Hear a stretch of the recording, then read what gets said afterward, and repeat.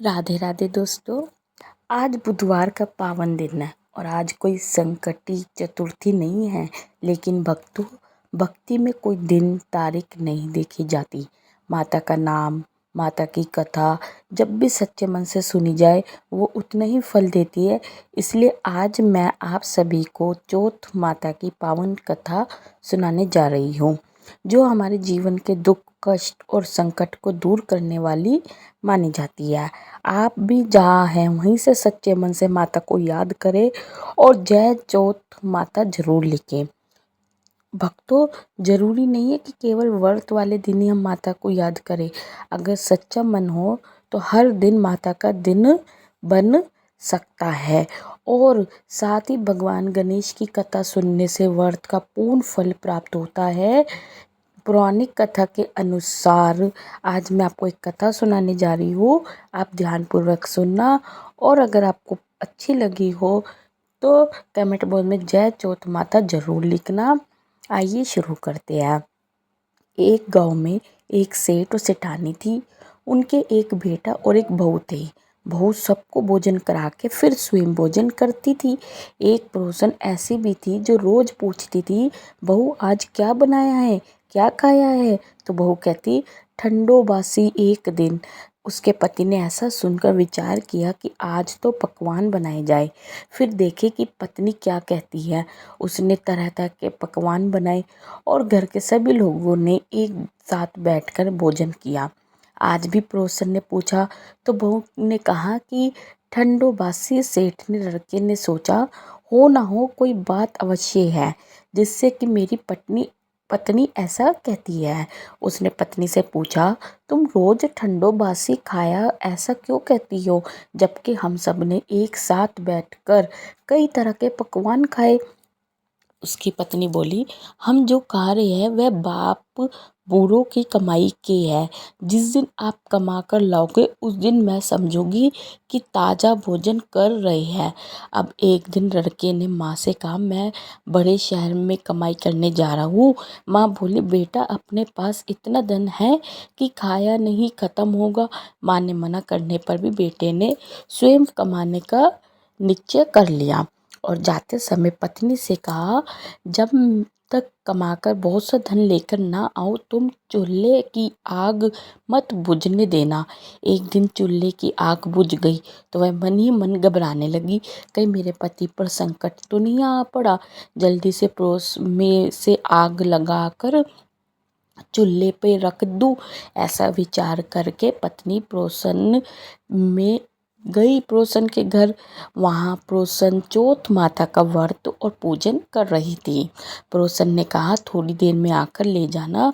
तो बहू ने पड़ोसन से पूछा, आप ये व्रत क्यों करती है, इससे क्या मिलता है? पड़ोसन ने कहा, चौथ माता के व्रत को करने से अन्न और लक्ष्मी मिलती है और अपनी मनोकामना पूर्ण होती है। अब बहू भी चौथ माता का व्रत करने लगी। दीवार पर उसने चौथ माता का चित्र बनाया। उस दिन घी और गुड़ का चूरमा बनाकर रात्रि को चंद्रमा और अर्घ देकर उसने भोजन किया। ऐसा करते करते बहुत दिन हो गए। चौथ माता ने उस बहू के पति को सपना दिया कि साहूकार का बेटा तू जागे कि सोवे, तेरी पत्नी तुझे बहुत याद कर रही है। घर जाकर उसकी चिंता मिटा दे। तू दुकान खोलकर कंकु केसर का पगलिया बनाकर बैठ जाना। आज तेरा हिसाब किताब हो जाएगा।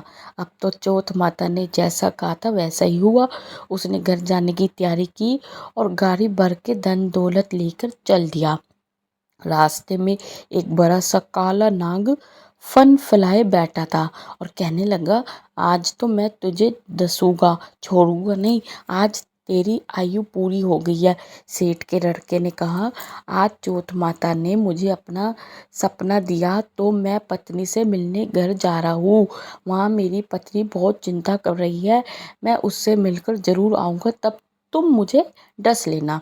नाग ने कहा, तुम शपथ पूर्वक कहकर जाओ तो मैं तुम्हें जाने दूंगा, परंतु लौट कर नहीं आए तो तुम्हारे घर आकर तुम्हें डस लूंगा। इस प्रकार सांप को वचन देकर वह घर पहुंचा। वहां सभी से हंसी खुशी से मिला और भोजन करने उदास होकर बैठ गया। उसकी पत्नी ने उदास होने के कारण पूछा तो पत्नी ने काले नाग वाली बात बताते हुए कहा कि यदि मैं उसके पास नहीं जाऊंगा तो वह घर आकर ही मुझे डस लेगा। पत्नी बहुत चतुर थी, उसने कहा कि आप घबराओ नहीं, लेट जाओ, मैं एक उपाय करती हूँ। पत्नी ने कमरे की 7 पीढ़ी धोई। पहली पीढ़ी पर रेत, दूसरी पर इत्र, तीसरी पर गुलाल फूल, चौथी पर कंकु केसर, पांचवी पर लड्डू पेड़ा, छठी पर गादी गलीचा और 7वीं पीढ़ी पर दूध का कटोरा भरकर रख दिए। इस प्रकार वह 7 की पीढ़ी सजाकर बैठ गई। आधी रात होते ही नाग आकर पीढ़ी चढ़ने लगा। पहली सीढ़ी पर रेत पर लौट गया और कहने लगा, सेठ की बहू ने आराम तो बहुत दिया, पर वचनों से बंध कर आया हूँ सो दसूंगा। अवश्य ही इसी प्रकार 7 पीढ़ियों पर नाग आराम करता हुआ और कहता हुआ डसूगा जरूर। कमरे में जाने ही वाला था कि चौथ माता ने विचार किया कि मैं इसे नहीं बचाऊंगी तो संसार में धर्म कर्म और व्रत पूजन तो कौन मानेगा। अब तो गणेश जी, चंद्रमा जी और चौथ माता ने उसे बचाने का विचार किया। चंद्रमा जी ने उजाला किया, चौथ माता ढाल बनी और गणेश जी ने तलवार लेकर नाग को मार दिया और ढाल से ढक दिया। अब बहू भी थकी हारी सो गई। दिन निकला तो लोग बेटे से मिलने आए, परंतु बेटा बहू तो उठे ही नहीं थे। बहुत देर हो गई थी तो माँ उन्हें उठाने गई।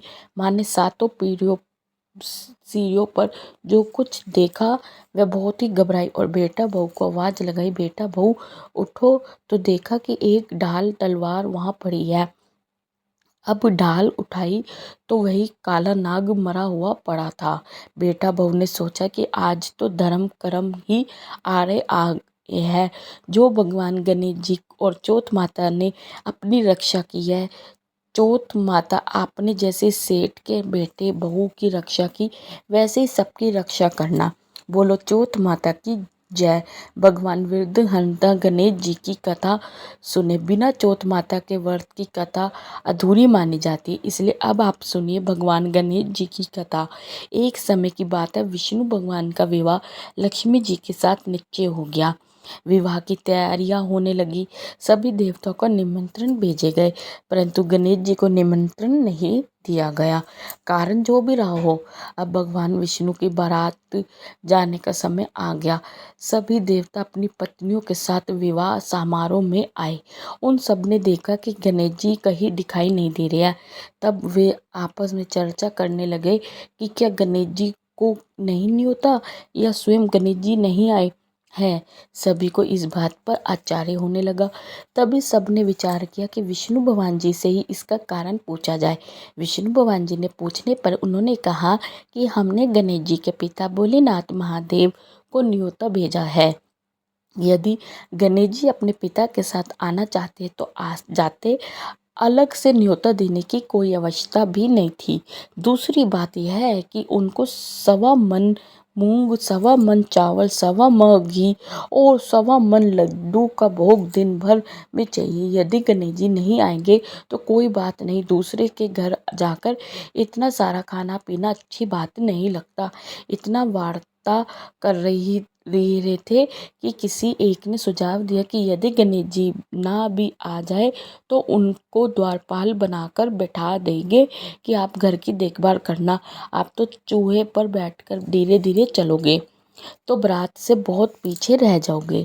यह सुझाव भी सबको पसंद आ गया तो विष्णु भगवान जी ने भी अपनी सहमति दे दी। होना क्या था, इतने में गणेश जी वहाँ पहुँचे और उन्होंने समझा बुझाकर घर की रखवाली करने बिठा दिया।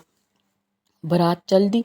तब नारद जी ने देखा कि गणेश जी तो दरवाजे पर ही बैठे हुए हैं, तो गणेश जी के पास गए और रुकने का कारण पूछा। गणेश जी कहने लगे कि विष्णु भगवान जी ने मेरा बहुत अपमान किया है। नारद जी ने कहा कि आप अपनी मूषक सेना को आगे भेज दे तो वह रास्ता खोद देगी, जिससे उनके वाहन धरती पर धंस जाएंगे, तब आपको सम्मान पूर्वक बुलाना ही पड़ेगा।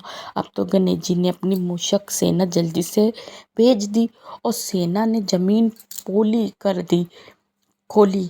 जब बारात वहाँ से निकली तो रथों के पहिए धरती पर धंस गए। लाख कोशिश करे परंतु पहिए नहीं निकले। सभी ने अपने अपने उपाय किए परंतु पहिए तो नहीं निकले, बल्कि जगह जगह से टूट गए। किसी ने समझ में नहीं आ रहा था कि अब क्या किया जाए। अब तो नारद जी ने कहा, आप लोगों ने गणेश जी का अपमान करके अच्छा नहीं किया। यदि उन्हें मना कर लाया जाए तो उनका कार्य सिद्ध हो सकता है, यह संकट टल सकता है। शंकर भगवान ने अपने दूत नंदी को भेजा और वे गणेश जी को लेकर आए।